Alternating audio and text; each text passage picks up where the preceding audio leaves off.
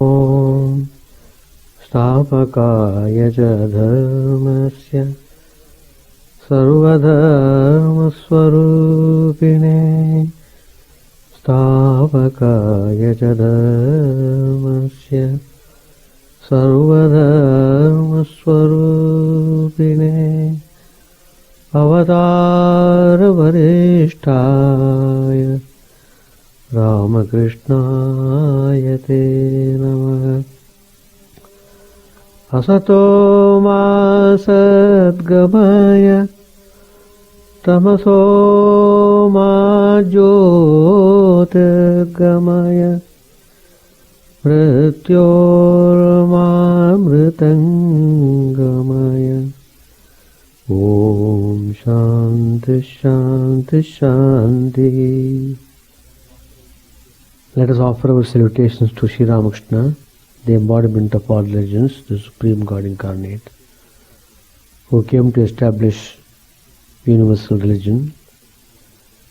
Let us pray to Him to lead us from the unreal to the real, to lead us from the darkness of ignorance to the light of knowledge, to lead us from death to immortality. Shanti, peace, peace, peace be unto all.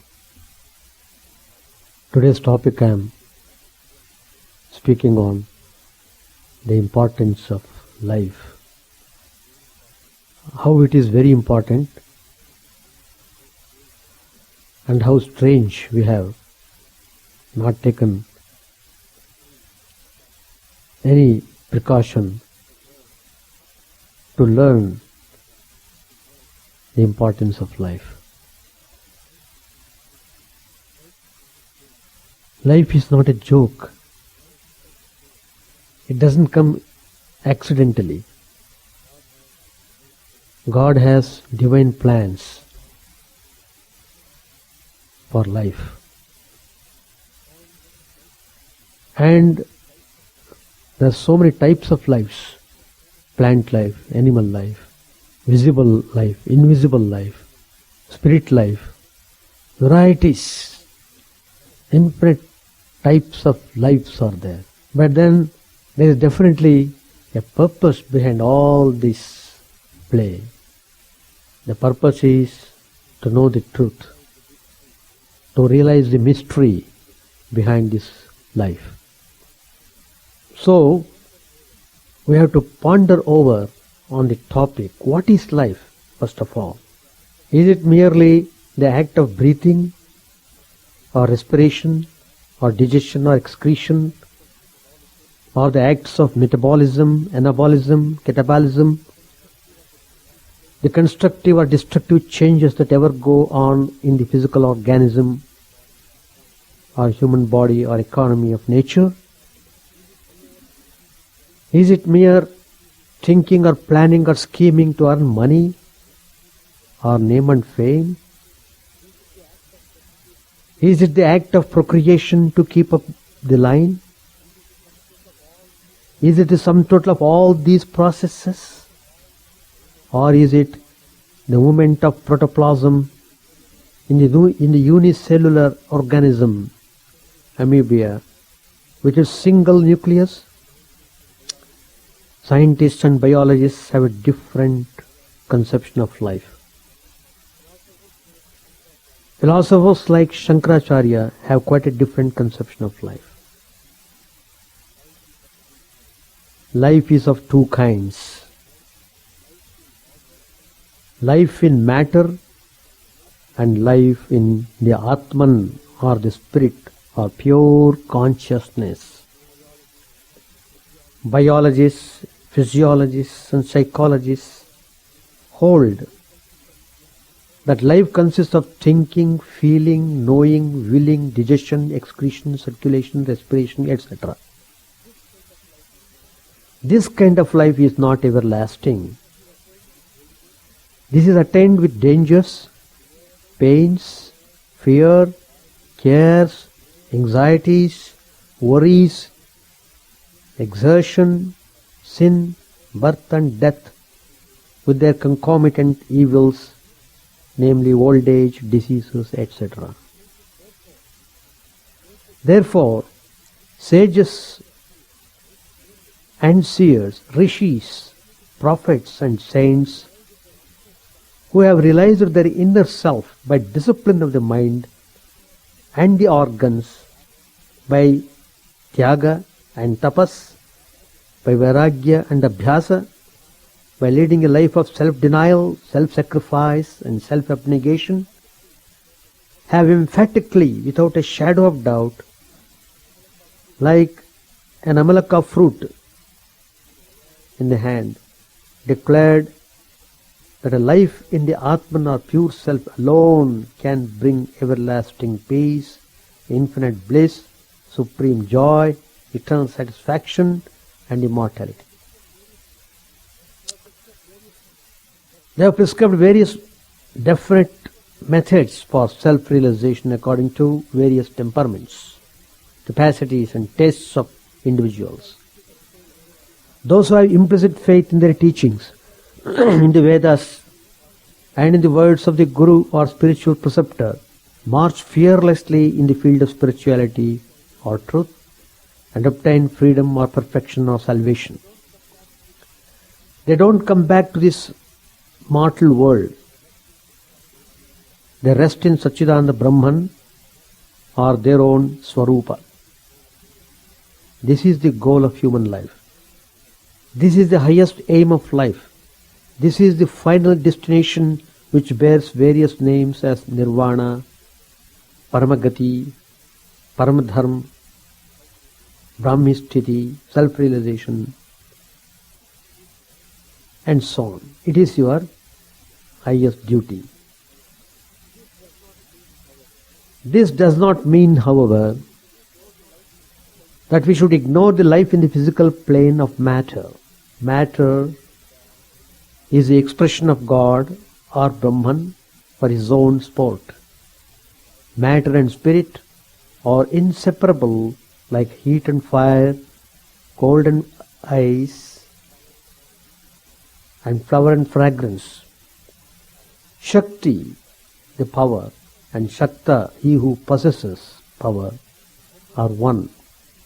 Brahman and Maya are inseparable and one. A life in the physical plane is a definite preparation for the eternal life in Brahman. World is your best teacher. The five elements are your gurus. Nature is your mother and director. Prakriti is your silent master. World is the best training ground for the development of various divine virtues such as mercy, forgiveness, tolerance, universal love, generosity, nobility, courage, magnanimity, patience, willpower, and so on. World is an arena for fighting with the diabolical nature and for expressing divinity from within.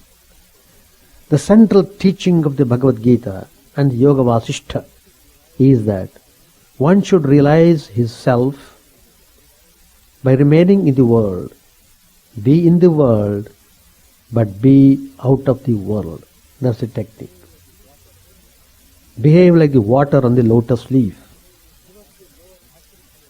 Give up the lower asuric nature, which consists of selfishness, lust, anger and greed, hatred and jealousy, and assert the divine nature, a life of mental renunciation and self-sacrifice. Is there not a nobler mission in life than eating, drinking and sleeping?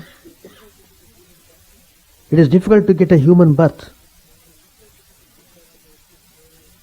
It is said in our scriptures, it is said by our saints and sages, that human life is got after millions of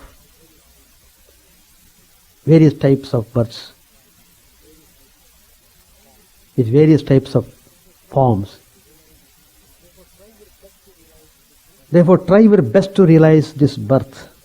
This human birth is most precious and most auspicious. Time sweeps away kings and barons. Where is Yudhishthir? Where is Ashoka? Where is Valmiki? Where is Shakespeare? Where is Napoleon? Therefore, be up and doing in yogic sadhan and you will enjoy supreme bliss. Can you expect real shanti if you waste your time in hunting after the momentary pleasures of the senses and this worldly life? Can you enjoy real happiness if you waste your time in fights and quarrels or in idle gossiping? Then what's the meaning of living then? To live is therefore to fight for the ideal and goal. Life is conquest. It is a series of awakenings. Conquer your mind and the senses. These are the real enemies. Conquer your internal and external nature. You must conquer your environments. You must conquer your old evil habits, old evil samskaras, old evil thoughts and evil vasanas. You must fight against the antagonistic, dark, evil forces. You must resist the forces of degeneration. This life is meant for self-realization. So, do regular Sankirtan and realize the Atmic bliss. Do Nishkam Karma, selfless activity, and purify your heart and mind. Control the Indriyas and rest in your own Swarupa. When you get knocks and blows in the daily battle of life, the mind is duly turned towards the spiritual path. Then come Viveka, Vairagya, disgust for worldly things and desire for liberation. Practice deep meditation. Life is short. Time is fleeting. This world is full of miseries. Cut the knot of avidya and drink deep the nectar of nirvanic bliss. Spiritual life is not mere idle talk. It is not mere sensation. It is a transcendental experience of unalloyed joy and bliss. It is a life of fullness and perfection. There is a place of eternal peace and infinite bliss, where there is neither death nor desire, neither sorrow nor pain, neither doubt nor delusion. Do you not aspire to reach this immortal abode of perennial joy and happiness? Discipline the mind and the senses. Cultivate noble virtues. Try to know the nature of the soul. Practice regular meditation on the self. Then alone you will attain immortality and deep abiding joy. Then alone you will reach the immortal abode. Give up identification of yourself with the physical body. Identification of oneself with the body is the greatest crime. Give up planning and scheming. Abandon speculation. Relinquish cherished hopes and expectations and worldly ambitions. Kill desires, rise above desires. Live intelligently. Study the Upanishads thoroughly. Meditate regularly. Come out of the dungeon of ignorance. Bask in the glorious sunshine of Brahman. Share this knowledge with others. You are swayed by unholy desires and avidya. Self-realization is the goal of life. This is the end and aim of life, of human existence. Wake up from the dream of forms. Give up this clinging to false names and forms. Don't be deceived by these illusory names and forms. Cling to this solid, living reality only.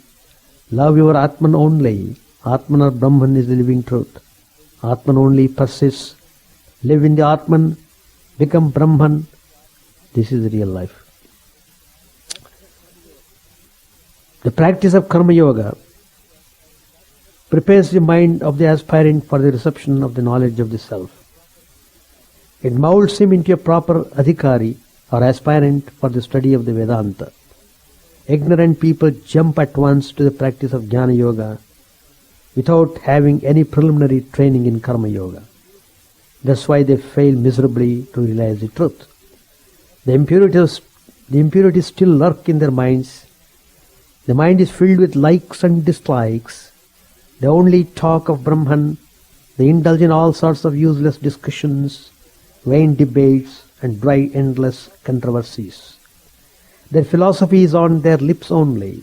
In other words, they are lip Vedantins.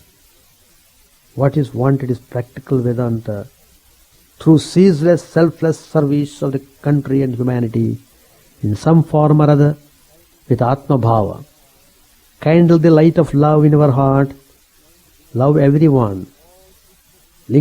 Include all creatures in the warm embrace of your love. Cultivate Vishwa Prem, or all-embracing, all-inclusive cosmic love. Love is mysterious divine glue that unites the hearts of all. It's a divine magical healing balm of a very high potency. Charge every action with pure love. Kill cunningness, greed, crookedness and selfishness. The immortal can be attained only by performing acts of kindness continuously. Hatred and anger and jealousy are removed by continuous service with a loving heart. You will get more strength, more joy and more satisfaction by doing kind acts. You will be loved by all. Practice of compassion, charitable acts and kind service purify and soften the heart. Turn the heart lotus upwards and prepare the aspirant for the reception of divine light.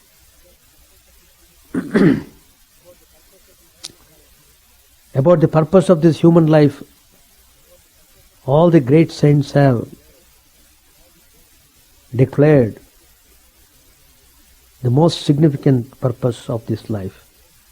Swami Brahmananda ji, one of the spiritual giants, disciples of Sri Ramakrishna, has said, the one purpose of life is to know God. Plunge deep into the sea of bliss and become immortal. Attain knowledge and devotion, then serve God in mankind. Sri Ramakrishna's life is a glowing example to show us. Sri Ramakrishna himself would say, the purpose of human life is to realize truth. First let me realize the truth, and then everything will follow. The one purpose of human life is to attain devotion to God and spiritual illumination. That means the purpose of human life is to live a life of spirituality. Otherwise, life is vain and meaningless. Eating, drinking, sleeping and procreating are not the sole ends of human birth. These belong to the brutes. How blessed is the human birth! Man alone can find God. None else, not even the angels in the heavens, can realize the truth. To realize God must be man's only purpose. Strive hard to reach Him and be free in this very life. The one purpose of life is to know God, learn to be absorbed in Him, be firmly convinced that to realize Him is the only purpose of life. Eat the mangoes, do not count the leaves. The sole purpose of life is to reach God, reach Him first. Another direct disciple of Sri Ramakrishna, Shivananda ji, used to say, the only purpose of life is to realize God, no matter whether sons and wife remain or go. Whatever you may do, you know this, my child, that the one purpose of life is to realize God. This world is short-lived and evanescent. God alone is the abiding reality. Swami Chidananda, another disciple, said, when that self will be realized, one will find it present everywhere, and that is one's highest achievement. One's purpose in life is to attain that state. Swami Abhayadhananda ji said, the real purpose of life is to gain self-knowledge. Life is not meant for a discussion as to whether virtue or vice exists. Swami Chidananda said, you have come to the world to realize God. That is the sole purpose of life. It has no other end. The only purpose of life is to have a direct vision of Him. Try to know this, and the mind will never again be shaken by the glamour of name, fame and power. Only then the mind will be safe from the clutches of lust and gold. what more to write, become his through and through. Swami Akhandanandaji said, one's purpose of life is to attain that state, realization of the self. Everyone must actualize that experience in life, for that is one's real nature. The importance of life is in achieving the Purusharthas. What are the Purusharthas? They are well defined in our scriptures. Purush means human being. Artha means object or objective. Purusharthas means objectives of man. According to Hindu way of life, a man should strive to achieve 4 chief objectives in his life. They are dharma, righteousness, artha, wealth, kama, desire, and moksha, salvation. Every individual in a society is expected to achieve these 4 objectives and seek fulfillment in his life before departing from here. The concept of Purusharthas clearly establishes the fact that Hinduism doesn't advocate a life of self-negation and hardship, but a life of balance, achievement and fulfillment. First, dharma. Dharma is a very complicated word for which there is no equivalent word in any other language, including English. Dharma actually means that which upholds this entire creation. It's a divine law that is inherent and invisible, but responsible for all existence. Dharma exists in all planes, in all aspects, and all levels of creation. In the context of human life, dharma consists of all that an individual undertakes in harmony with divine expectations, and his own inner spiritual aspirations, actions that would ensure order and harmony within himself and in the environment in which he lives. Since this world is deluded, a human being may not know what is right and what is wrong, or what is dharma and what is adharma. Hence he should rely upon the scriptures and adhere to the injunctions contained therein. In short, dharma for a human being means developing divine virtues and performing actions that are in harmony with divine laws.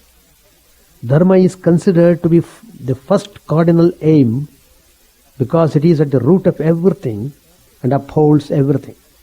For example, see what happens when a person amasses wealth without observing dharma or indulges in sexual passion against the social norms or established in moral values. Any action performed without observing dharma is bound to bring misery and suffering and delay one's salvation. Hinduism therefore considers it rightly as the first cardinal aim of life. In ancient India, Dharmashastras provided guidance to people in their day-to-day lives and helped them to adhere to dharma. These law books were written for a particular time frame, and are no more relevant to the modern world. The best way to know what is dharma and what is adharma is to follow the religious scriptures such as the Bhagavad Gita and the Upanishads, or any other scripture that contains the words of God. So much about dharma. Then comes artha. Artha means wealth. Hinduism recognizes the importance of material wealth for the overall happiness and well-being of an individual. A householder requires wealth because he has to perform many duties to uphold dharma and ensure the welfare and progress of his family and society. A person may have the intention to uphold the dharma, but if he has no money, he would not be able to perform his duties and fulfill his dharma.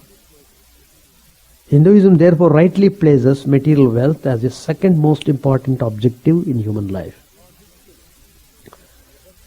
Lord Vishnu is the best example for any householder who wants to lead a life of luxury and still be on the side of God doing his duties.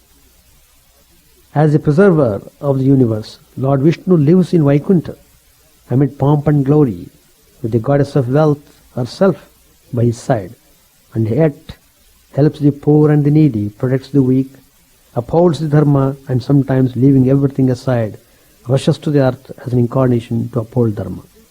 Hinduism advocates austerity, simplicity and detachment, but does not glorify poverty.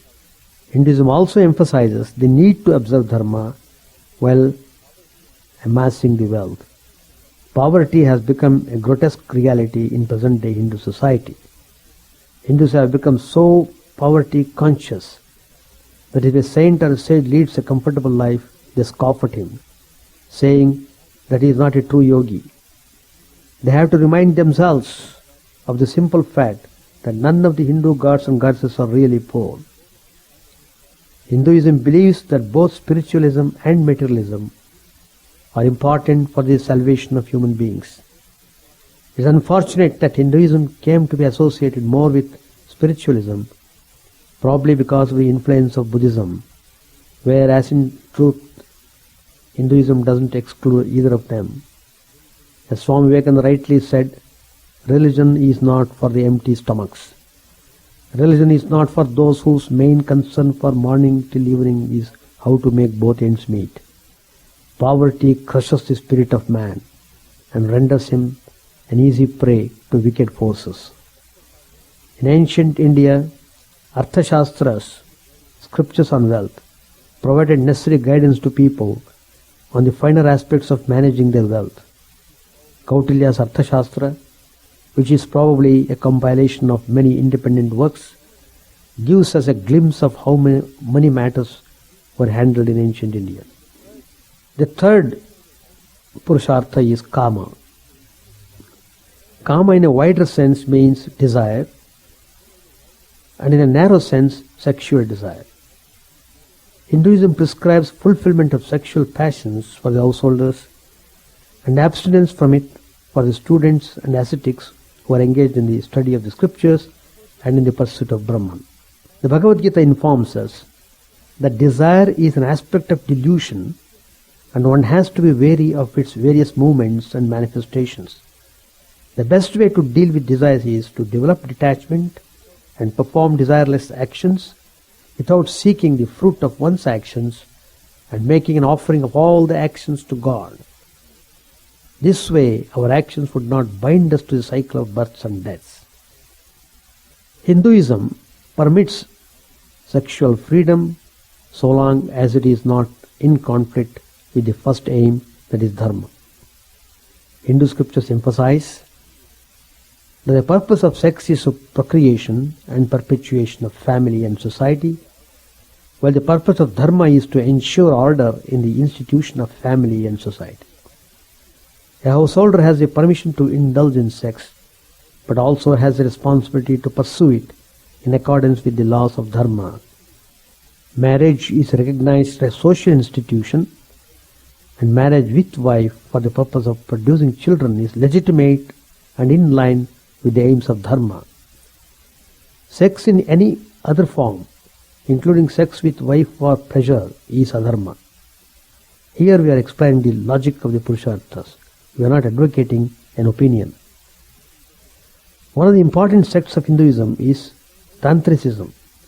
It recognizes the importance of sexual freedom in the liberation of soul.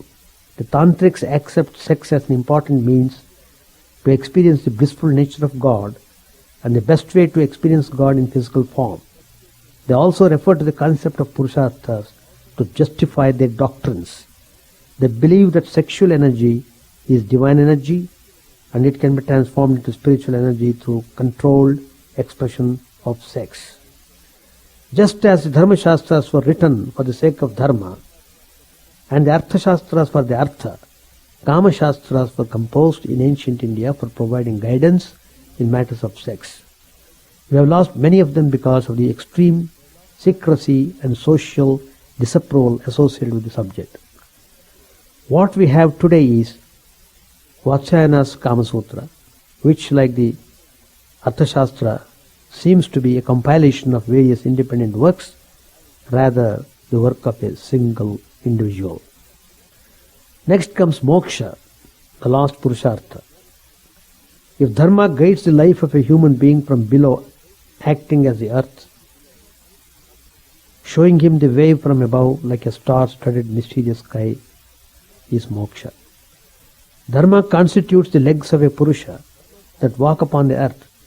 Both artha and kama constitute his two limbs, active in the middle region, while moksha constitutes the head that rests in the heaven. Human life is very precious because of all the beings in all the worlds. Only human beings have the best opportunity to realize the higher self. It is also precious because it is attained after many hundreds and thousands of lives. Rightly, salvation should be its ultimate aim. Moksha actually means absence of moha or delusion. Delusion is caused by the interplay of the triple gunas, sattva, rajas and tamas. When a person overcomes these gunas, he attains liberation. The gunas can be overcome by detachment, self-control, surrender to God, and offering one's actions to God. If dharma is the center of the wheel of human life, artha and kama are the two spokes, and moksha is its circumference. If dharma is at the center of human life, beyond moksha, there is no human life, but only a life divine. The four purusharthas are also like the four wheels of a chariot called human life. They collectively uphold it and lead it. Each influences the movement of the other three, and in the absence of any one of them, the chariot comes to a halt. Now, what is the logic behind the concept of karma? That's very important for us to know. In simple terms, the law of karma suggests that a person's mental and physical actions determine the progress of his life on earth. Whatever actions he undertakes, both his good and bad actions, impact his life in several ways and bring twists and turns in the course of his life. His bad actions lead him to suffering and unhappiness, while his good actions lead him to happiness and spiritual success. There is a verifiable logic. No convincing proof other than our own experiences is required to prove that we reap as we sow. For example, if a student prepares well for his exams, very likely he will get good marks and succeed. But if he ignores studies, the chances are he will fail. Sometimes, despite of all the good work and sincere intentions, the opposite may also happen. A student may prepare well for his exam and may fail. A very evil and wicked person may earn the jackpot. Our ordinary logic and intellect cannot explain these events, but karma theory can. According to the concept of karma, the events in our lives need not be determined by our actions in this life, but also by the actions that we did in our previous lives. This explains why an evil person sometimes seems to succeed and amass wealth, while a good-hearted soul may be passing through adversity. Although the logic behind the concept of karma is quite logical and convincing, it also leaves us with anxiety because we all know that it is not always possible to perform good actions. Besides, we may not even know what consequences our actions would lead to. Some of our actions may prove harmful to others, while we may think otherwise. In these circumstances, how are we supposed to conduct ourselves? Should we stop all action because every action will have some negative impact at some level? Lord Krishna in the Bhagavad Gita provides us with a convincing answer in this regard.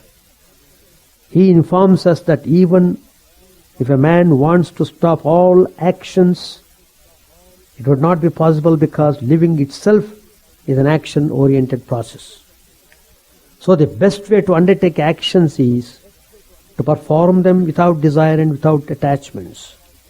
Actions performed with desire, with attachment, for a selfish purpose and egoism would lead to bondage and suffering, while actions performed without desire, without attachment, and actions done in the name of God, for the sake of God, and as offerings to God, without desiring the fruit of such actions, would lead to stability of mind and liberation from the cycle of births and deaths.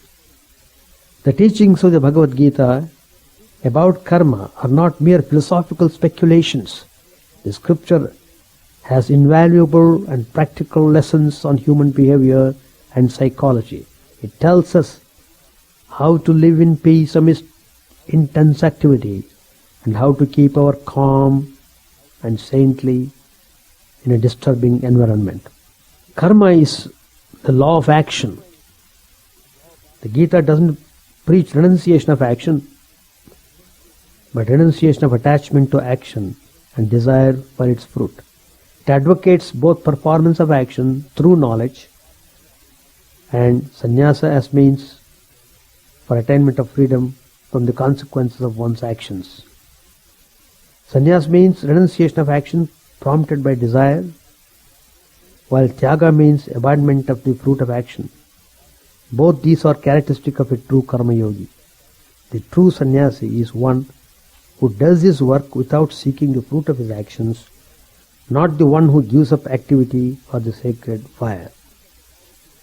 If actions are performed with desires and attachment, and with egoistic assumption of doership, then one has to assume responsibility for all his actions and also face the consequences of all his actions here and hereafter.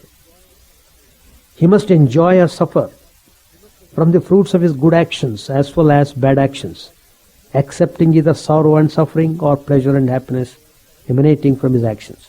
In both cases, he has no real freedom from the laws and the jaws of mortal life. He has to subjugate himself to the conditions of mortal life and remain confined to the world of illusion and ignorance. It is impossible for one to remain inactive even for a moment or escape from action altogether. The gunas born of nature drive everyone coercively to ceaseless activity. Freedom from action cannot be achieved by avoiding action or by mere renunciation of action. He who engages himself in mere meditative practices, restraining his organs of action, is but deluded soul and a hypocrite. By desisting from action, it is not possible to maintain even one's body. Even the imperishable Supreme Brahman does his work dutifully, although he has no desire either to perform the actions or for the fruits of his actions. There is nothing in the three worlds for him to do, nor is there anything that he is yet to attain. Still he engages himself in action.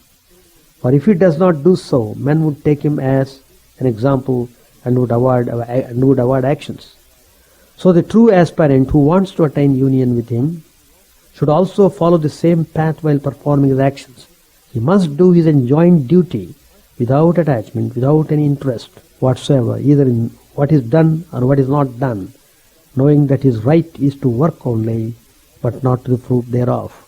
Even minded in success and failure, surrendering to God and offering the fruit of actions to God, and partaking of only that which has been offered to him. Actions that are performed with egoism, thinking that one is the doer with a desire to enjoy the fruit of his actions, bind man to bondage and delusion. He who thinks that he is the doer of his actions, he is but a deluded soul who does not know the truth about the spheres of gunas and how they are responsible for all binding actions.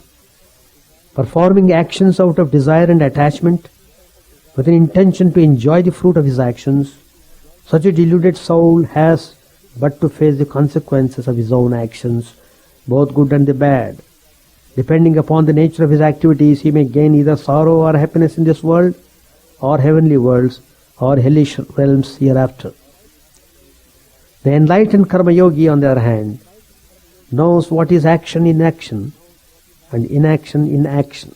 He knows who is the real doer and how the gunas drive men to perform actions and how such actions bind men to sorrow and suffering. When he performs his actions, he is aware that it is only the senses which are occupied with the object of his senses, and thereby remains unconcerned. Thus he actually becomes inactive even while performing actions and remains untouched by the fruits of his actions like the lotus leaf by water. Karma yoga, or the yoga of action, is based upon the following principles. The first principle is, man cannot escape from performing actions, however he may live. Therefore, man should not renounce actions. Second, true renunciation means renunciation of the desire for the fruit of one's action, not the action itself.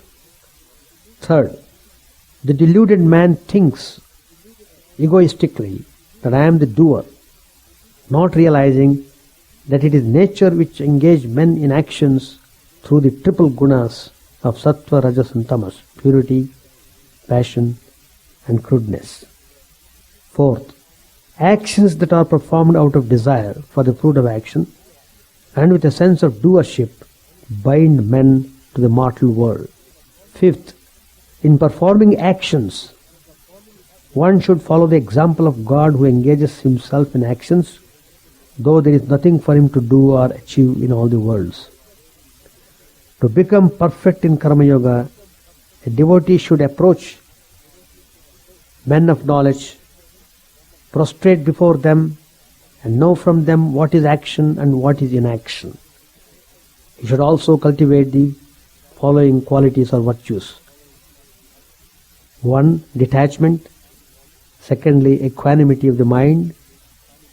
Third, elimination or control of desires, especially desire for the fruit of his actions. 4. Surrender to God. 5. Egolessness. 6. Single-minded devotion to God. Karma Yoga, the path of action suggested in the Gita, teaches an individual how to remain amidst the world, performing his duties and still qualify himself for spiritual life. This is in stark contrast to the traditional opinion given in some of the Upanishads that man should renounce his worldly life, go to some forest or secluded place, away from society like a cave and perform tapas or meditation.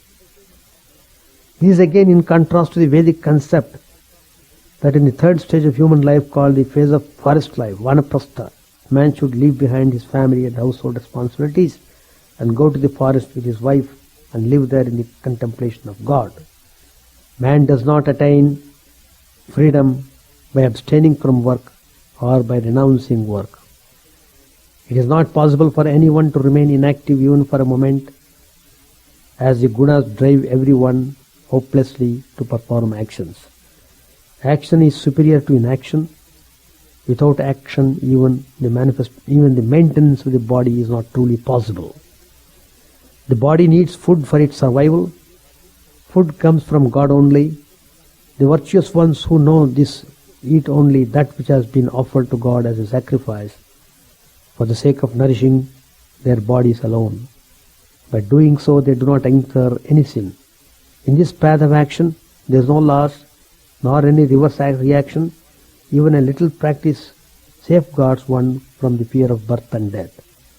According to the Gita, man's right is to work only, but not to the fruits of his actions or to inaction. True Karma Yoga consists of performing one's duty without attachment and remaining even-minded in success and failure. This can be accomplished by controlling the senses and the desires. A true Karma Yogi knows that controlling the senses is very important. He therefore engages in actions by restraining his mind and the senses, unattached, directing his organs to work. He overcomes in this way desires and is self-contented,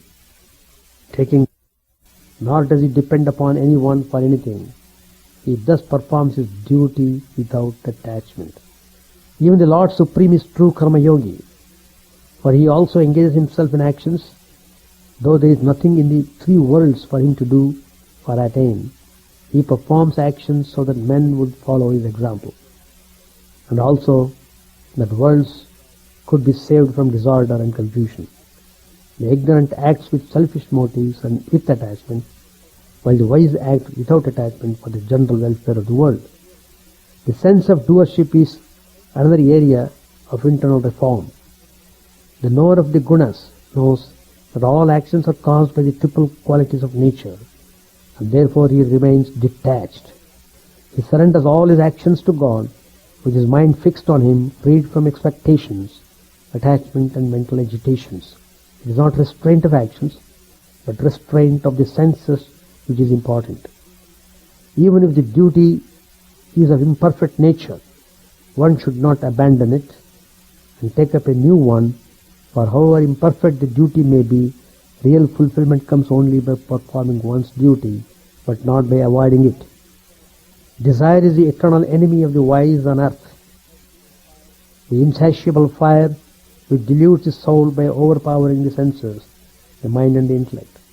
A true karma yogi, therefore, controls his senses and desires through wisdom and discipline and engages himself in desireless actions.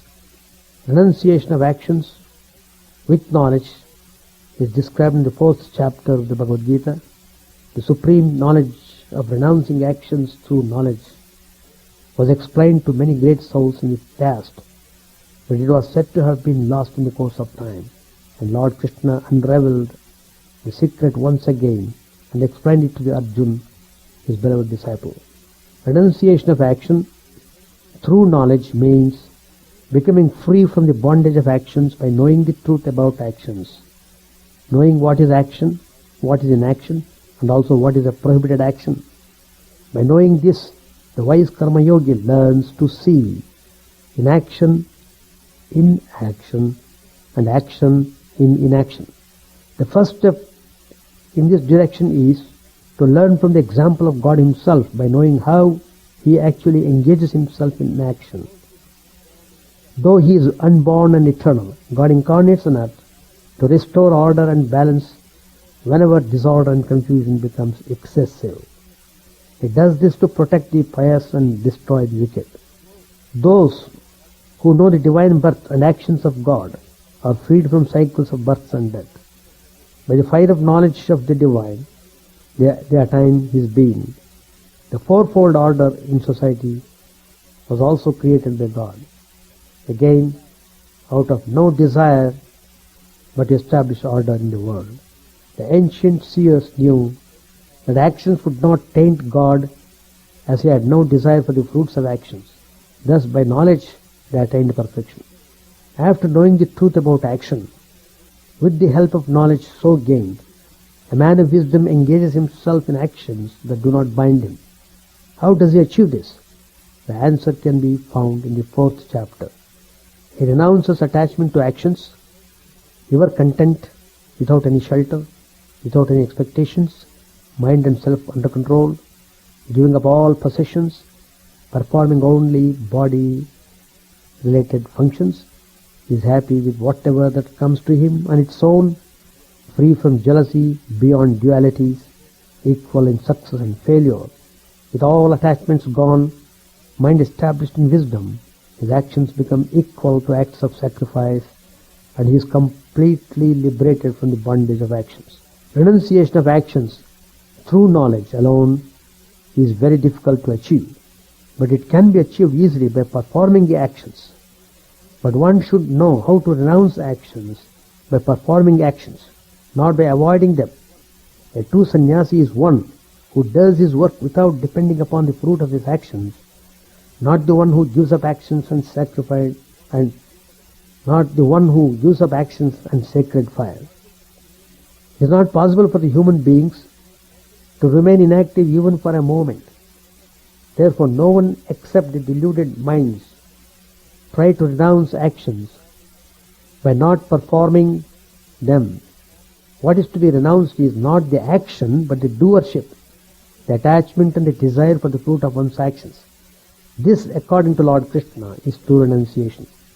Therefore, the karma yogi renounces his actions by offering them to God, shaking off all attachment, and performing actions with his senses, mind, intellect and body only for the sake of purification of soul.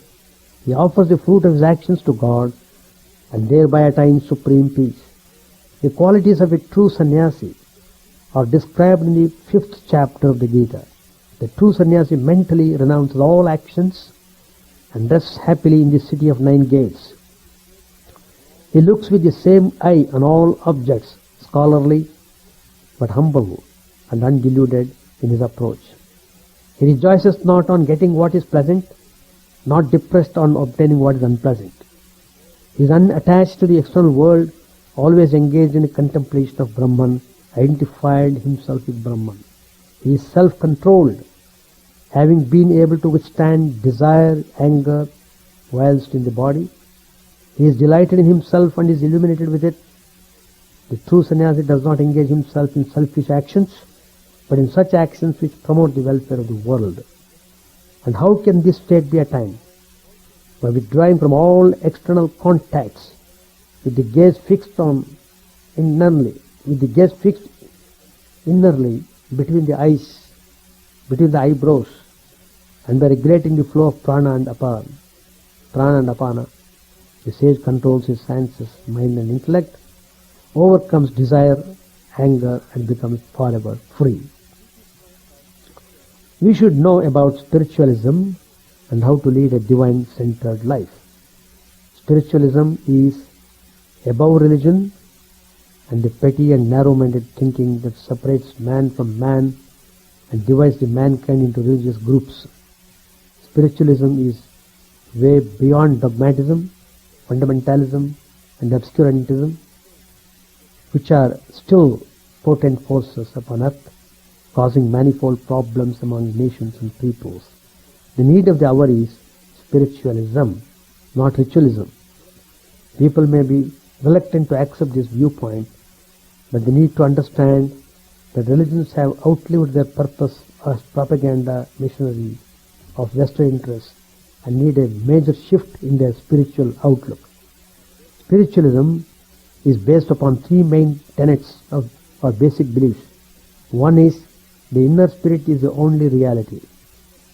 Second, the inner self, which we call also as the higher self, is distinct and different from the outer self or the lower self, also known as the physical self. And thirdly, through a process of detachment and spiritual discipline, it is possible for us to detach ourselves from the outer self and discover the inner self that is hidden in all of us. So, life is a continuous struggle to rise from the human level to the divine level.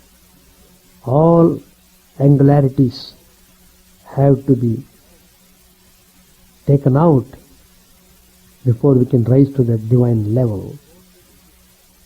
And it's only in this human life the opportunity is given for us to strive for raising ourselves to the divine level.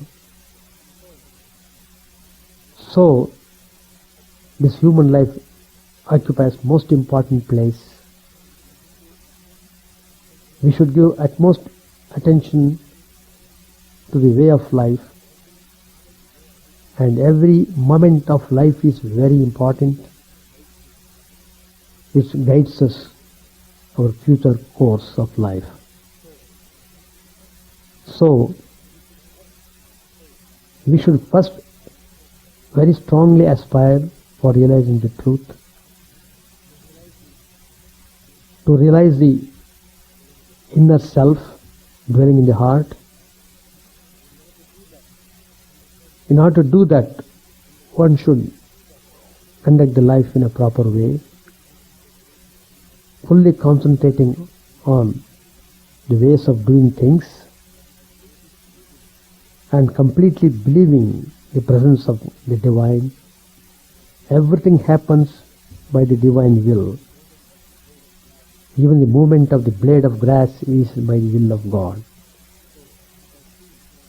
So we have seen in the recent devastated flood causing lots of deaths in some parts of Indonesia and India. Amidst all these horrible deaths, we have also seen how miraculously some children are saved. One baby is alive, 20 days old baby is alive. So how did this could happen? That means there is some divine power operating on all these things. Anyway, according to law of karma, things happen according to the nature of the law. Everyone has to go through that law, whether we like them or not. But in the present scenario, what should we do? We should render our maximum service to the suffering people. So, life is very important. Let us not ignore it. Let us not live the life carelessly and indifferently. Let us utilize this life thinking, this is the life which I have got opportunity, I must make best use of it. The best use of making this life is to live a life of dedicated self-sacrificing. Live for the sake of others. Do as much as you can. Be always giving. Be always helpful. With these words, we will be able to achieve the goal of our life, the realization of the truth, the mystery of this life.